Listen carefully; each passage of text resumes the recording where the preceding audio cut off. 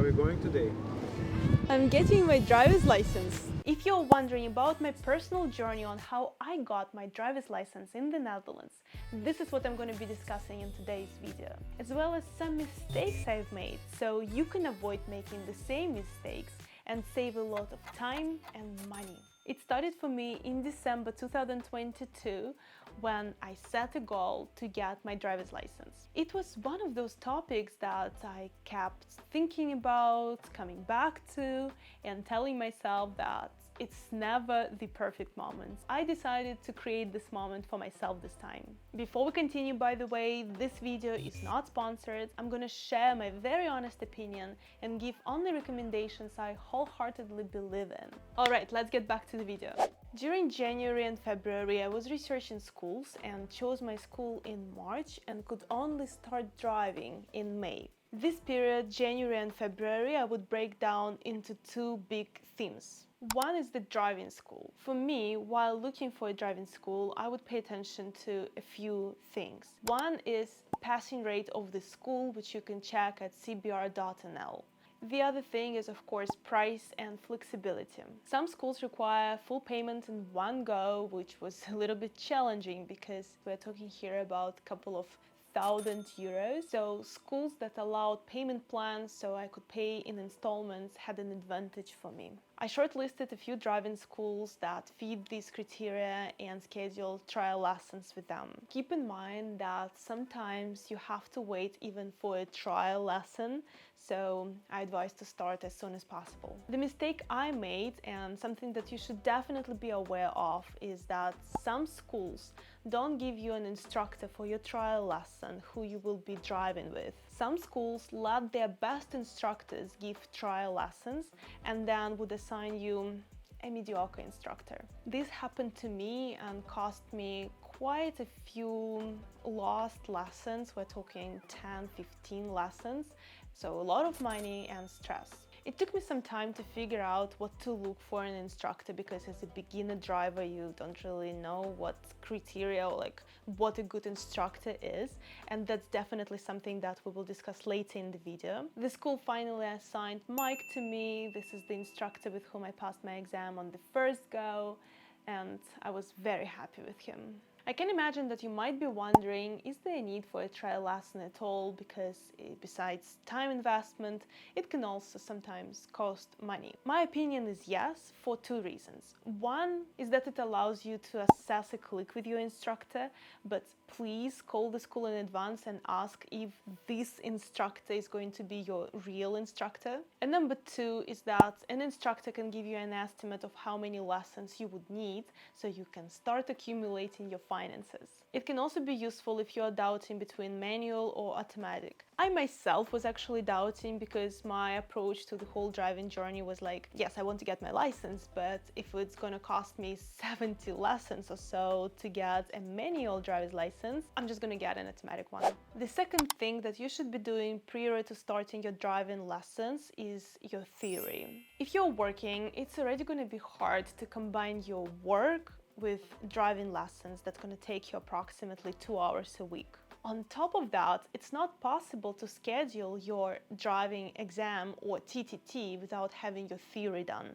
And why it's important is because the waiting time to schedule your TTT or your driving exam is around 4 months. At least this is the time in Eindhoven. Besides that, it's not guaranteed that you can pass your theory on the first go. Generally speaking, it takes on average 2 attempts. In terms of resources to prepare, I found a website that was extremely helpful. Not only the questions are closely resembling the questions that I got in the real theoretical exam, but also the interface is very similar, which helped me a lot to just feel comfortable and navigate around on the exam. Having said all of this, my advice would be to account 2 to 3 months for all the preparations. It feels like a lot, but also don't forget that the waiting time for your theory is around 2 to 3 weeks, depending on the city, of course, but on average it's around a few weeks for both to take the exam but also to retake it. And definitely don't rush to take it immediately because every attempt is going to cost you around 50-60 euros. It's important to know that your theory exam is valid for 1.5 years. That's how much time you have to pass your practical exam. I passed my theory exam in May and started driving in May as well, which brings us to another very, very important point, a driving instructor. I understood the importance of a good, knowledgeable driving instructor, but I still underestimated it. It's basically a person who's going to guide you through your whole driving journey, which will take a few months. So you need to trust them. You need to trust that they know what they're doing and going to prepare you for your exam in the best possible way. If I had to do it again, I would pay attention to these things. Number one is feedback quality. There are instructors who are just checking their phone while driving with you, and the only feedback that they give you is, you just need practice, just drive. It's a huge red flag because it's not just drive. They need to provide you with quality feedback in terms of your structure of looking, control of the car, door stroming, meaning the floor. Are you in the correct lane? There are a lot of things that they need to pay attention to. And if you don't hear anything meaningful from them and they even tell you off for asking questions, it's definitely a sign to change your driving instructor. Of course, it takes time to see where you are and give you feedback that would help, but this is where transparency comes in.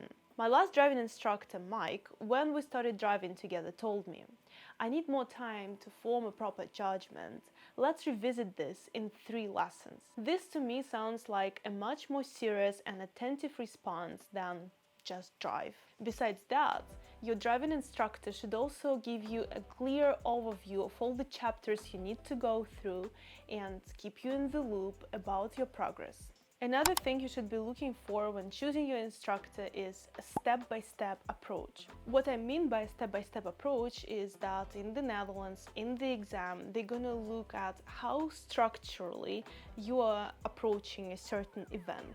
So, for example, you need to turn to the left. They're gonna be looking at your structure of looking so that you look straight, check the mirrors, you check over your shoulder, only then you turn your indicator on, then you drive forward, you check the mirrors again over your shoulder, and only then you turn. So the instructor's job is to explain the structure to you and train you to follow it. My first instructor threw me at the deep end. He didn't explain me anything. He didn't explain me how to drive and what to do. In the Netherlands, it's not only about your ability to drive, it's about your ability to drive following a certain structure and rules. And that's what I would be looking at when choosing my driving instructor.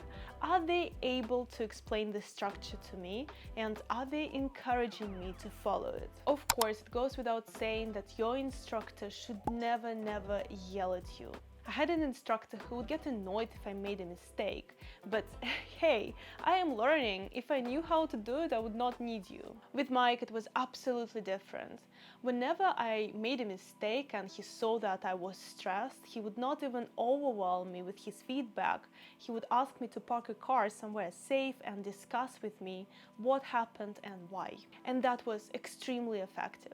So if I had to look for a driving instructor again, this is what I would pay attention to. Another thing that I totally underestimated is a click between me and my driving instructor. I am a go-getter. I just want to get my license. Click? It's not like I'm looking for a friend or romantic partner.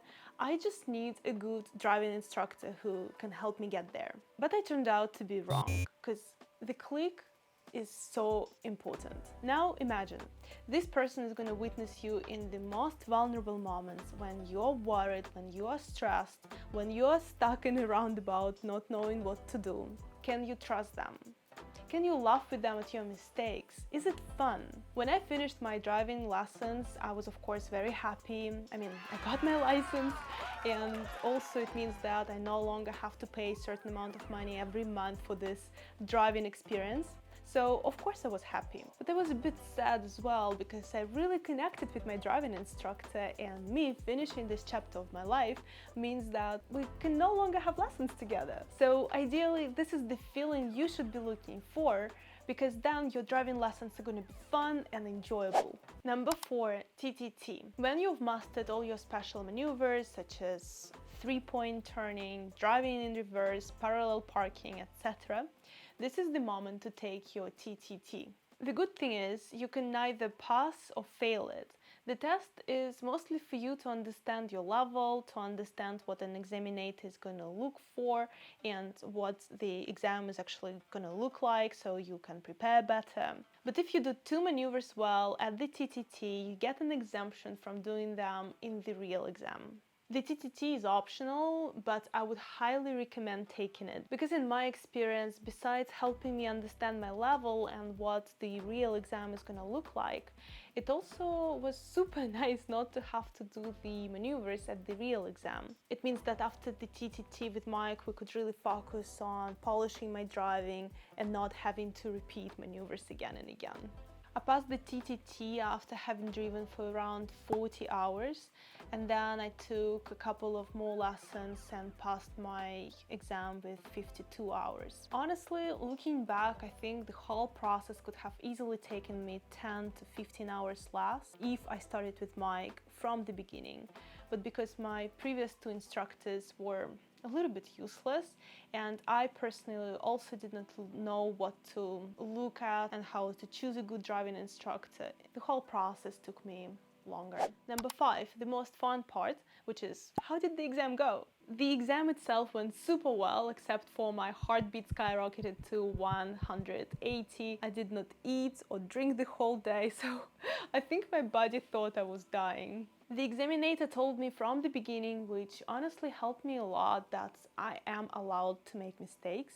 And that's what Mike told me as well, that it's not about not making mistakes, it's about me driving safely, independently, and knowing how to solve difficult situations. We did the usual stuff, starting with an insert on the highway, which I, by the way, had to do twice because I took a wrong turn on the navigator and I just acknowledged it. I just said, I know I took a wrong turn, but I cannot correct it right now, so I'm just gonna continue straight and see where the navigator is gonna take me now. And that's what, by the way, my instructor Mike taught me to do, and that's what I think is your instructor's job, to train you not to panic in these moments, but just be like, okay, can I solve it? No, I'm just gonna go straight. It's so funny looking back at it now because when I am nervous, I get talkative.